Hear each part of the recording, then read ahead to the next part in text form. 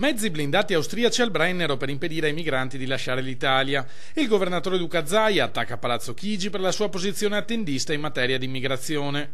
I mezzi corazzati, sostiene, dovremmo averli noi nel Mediterraneo. Invece, al di là degli annunci del ministro Minniti sul blocco navale e i presunti accordi con la Libia, in Italia arrivano più immigrati di prima. Noi sappiamo con certezza che se non si fanno i campi di prima accoglienza lì, e quindi lì si vanno a rifocillare, a curare e a identificare tutti i migranti e da lì si garantisce un corridoio umanitario per i profughi veri, che sono solo 2 su 10, e se questo non accade, assieme ovviamente al blocco navale, finisce che noi continuiamo a ricevere immigrati e che si infileranno in un cul-de-sac. Il rischio è di far esplodere situazioni già al limite, come quella della base di Conetta, che dovrebbe essere alleggerita di parte delle sue circa 1400 presenze.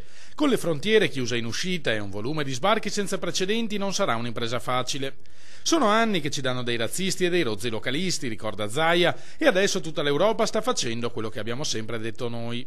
Macron, tanto inneggiato da molti esponenti di sinistra, fa dichiarazioni da criptoleghista.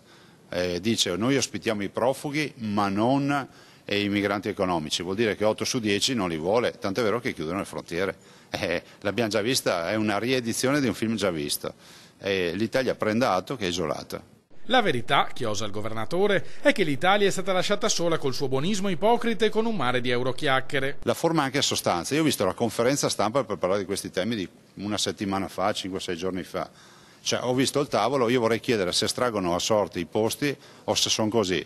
Merkel, Macron e poi a seguire in fondo a sinistra Gentiloni. Se siamo noi che abbiamo il problema, perché me lo fai sedere in fondo a sinistra? Dai!